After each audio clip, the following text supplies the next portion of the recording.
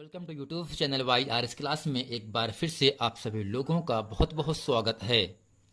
जैसा कि फ्रेंड, इसके पहले के वीडियो में मैंने आप लोगों को केमिस्ट्री कक्षा 10 में जो आपका पहला पार्ट है रासायनिक अभिक्रिया एवं समीकरण, तो दोस्तों इसमें जो पहला आपका चैप्टर है इसमें मैंने आप लोगों को इसके पहले के वीडियो में परिवर्तन किसे कहते हैं, परिवर्तन कितने प्रकार के होते हैं, अर्थात दो प्रकार के होते हैं, भौतिक परिवर्तन, दूसरा दोस्तों क्या होता है रासायनिक परिवर्तन।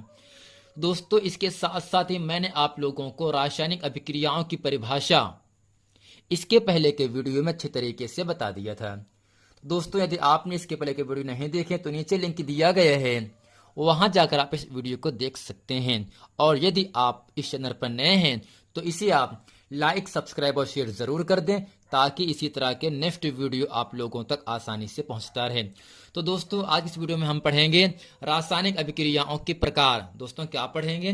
रासायनिक अभिक्रियाओं के प्रकार। जैसा कि दोस्तों आपके सामने रासायनिक अभिक्रियाएं निम्नलिखित प्रकार की होती हैं। दोस्तों जो आपका रासायनिक अभिक्रिया है वो कई प्रकार का होता है। अब दोस्त इसमें पहला प्रकार क्या है? योगात्मक या संश्लेषण अभिक्रिया। यानी दोस्तों योगात्मक को हम संश्लेषण अभिक्रिया भी कहते हैं। इसमें दोस्तों क्या लिखेंगे?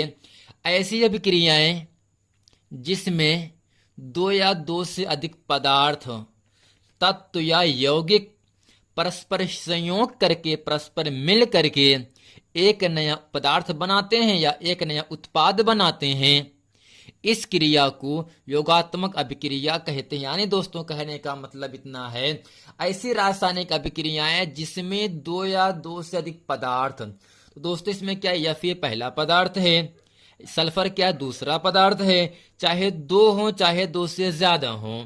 यानी ऐसी रासायनिक अभिक्रियाएं जिसमें दो या दो से अधिक पदार्थ परस्पर जुड़ करके, परस्पर संयोग करके जो एक नया पदार्थ बनाते हैं, इस क्रिया को दोस्तों हम क्या कहते हैं? योगात्मक अभिक्रिया कहते हैं। जैसे दोस्तों आपके सामने यहां पर बताया गया है। अब दोस्तों Fe क्या है? आयरन है। यस दोस्तों क्या है? सल्फर है। यानी दोस्तों आयरन की क्रिया सल्फर से कराने पर आयरन ऑक्साइड बनता है और दोस्तों इन दोनों को मिलने से क्या बन रहा है? आयरन ऑक्साइड बन रहा है। अर्थात दोस्तों FeS क्या है? एक आयरन ऑक्साइड है। अर्थात इसमें कौन सी क्रियाएं होंगी? योगात्मक अभिक्रिया हो जाता है। अर्थात दूसरा आपके सामने है हाइड्रोजन की क्रिया। H2 क्या है दोस्तों? हाइड्रोजन। Cl2 क्या है? आपका क्लोरीन है। हाइड्रोजन की क्रिया क्लोरीन से कराने पर हाइड्रोक्लोरिक अम्ल बनता है। अर्थात दोस्त इसमें आपके दो पदार्थ हैं। पहला पदार्थ क्या है? आपका हाइड्रोजन है, दूसरा क्या है? क्लोरीन है। इन दोनों के मिलने से दोस्तों क्या बना? HCl बना। इसका नाम क्या है? हाइड्रोक्लोरिक अम्ल है।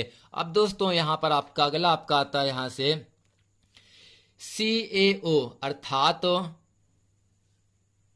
अर्थात दोस्तों यहां से कैल्शियम ऑक्साइड की क्रिया, जिसे दोस्तों हम क्या कहते हैं? CaO को बिना बुझा चूना कहते हैं। क्या दोस्तों कहते हैं?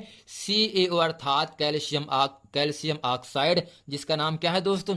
बिना बुझा चूने के नाम से हम इसे जानते हैं। यानी दोस्तों कैल्शियम ऑक्साइड की क्रिया में जल डालने पर, यानी कैल्शियम ऑक्साइड की क्रिया जल से कराने पर कैल्शियम हाइड्रोक्साइड बनता है, जिसे दोस्तों हम क्या कहते हैं? बुझा चूना कहते हैं। यानी दोस्तों कैल्शियम हाइड्रोक्साइड में जल को डालने से कैल्शियम हाइड्रोक्साइड प्राप्त होता है।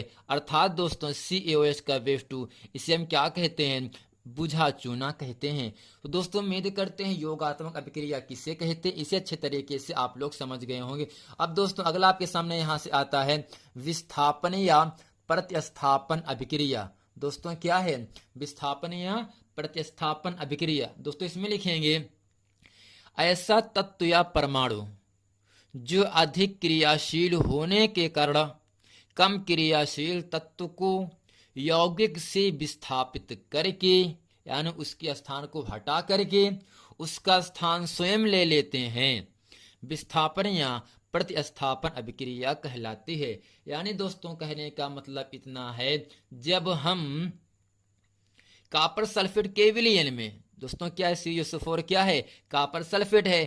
तो दोस्तों यहाँ से कॉपर सल्फेट के विलयन में जिंक का टुकड़ा डाल देने पर जिंक कॉपर सल्फेट से कॉपर को विस्थापित कर देता है। यानी दोस्तों कहने का मतलब इतना है, आवर्त श्रेणी में जिंक को कॉपर से ऊपर रखा गया है, इसलिए जिंक क्या है? कॉपर से अधिक क्रियाशील तत्व है। अर्थात दोस्तों Zn जो है कॉपर को विस्थापित करके ZnSO4 बना देता है और दोस्तों कॉपर यहाँ से अलग हो जाता है। यानी दोस्तों कहने का मतलब इतना है, कॉपर सल्फेट के विलयन में जिंक का टुकड़ा डाल देने पर जिंक कॉपर सल्फेट से कॉपर को विस्थापित कर देता है। और दोस्तों यह जो अभिक्रिया होता है विस्थापन अभिक्रिया होता है, क्योंकि दोस्तों जिंक ने कॉपर को विस्थापित करके SO4 से क्रिया कर ली, अर्थात यहाँ से ZnSO4 बना दिया और दोस्तों यहाँ से कॉपर अलग हो गया। तो दोस्तों उम्मीद करते हैं विस्थापन या प्रतिस्थापन अभिक्रिया इसे अच्छे तरीके से आप लोग समझ गए होंगे। आइए दोस्तों आपको लेके चलते हैं वियोजन अभिक्रिया। अब दोस्तों इसमें लिखेंगे वह रासायनिक अभिक्रिया जो किसी विशेष परिस्थिति के कारण दो या दो से अधिक छोटे अणुओं में टूट जाता है और उस विशेष परिस्थिति के हटते ही अपनी मूल अवस्था में आ जाता है, वियोजन अभिक्रिया कहलाती है। यानी दोस्तों वह रासायनिक अभिक्रिया जो किसी विशेष परिस्थिति की वजह से दो या दो से अधिक टुकड़ों में खंडों में छोटे अणुओं में टूट जाता है, लेकिन उस विशेष परिस्थिति को हटते ही वह जिस अवस्था में पहले था उस अवस्था में आ जाता है, अर्थात अपनी मूल अवस्था में आ जाता है। तो दोस्तों इस पूरी अभिक्रिया को हम क्या कहते हैं? वियोजन अभिक्रिया कहते हैं। और दोस्तों जो वियोजन अभिक्रिया होता है वो आपका दो प्रकार का होता है। दोस्तों पहला क्या होगा? उसमें वियोजन अभिक्रिया। दोस्तों दूसरा आपके सामने यहाँ से होता है विद्युत अपघटनीय वियोजन अभिक्रिया।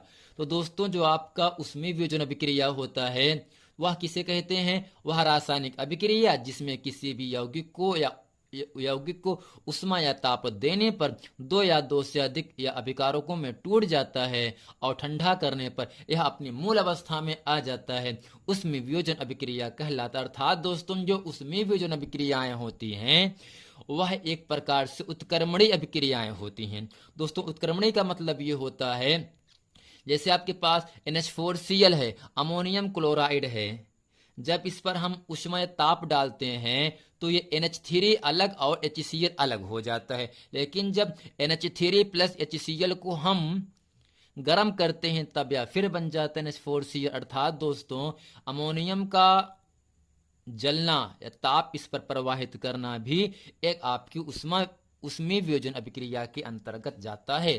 तो दोस्तों हम पहुंच चुके थे वियोजन अभिक्रिया का दूसरा प्रकार। दोस्तों दूसरा क्या है? विद्युत अपघटनीय वियोजन अभिक्रिया। यानी दोस्तों वह रासायनिक अभिक्रिया जिसमें विद्युत धारा प्रवाहित कराने पर वह अपने धनावेश और ऋणावेश में अपघटित हो जाता है, अर्थात टूट जाता है, और विद्युत धारा बंद करने पर यह अपनी मूल अवस्था में आ जाती है, विद्युत अपघटनीय वियोजन अभिक्रिया कहलाती है।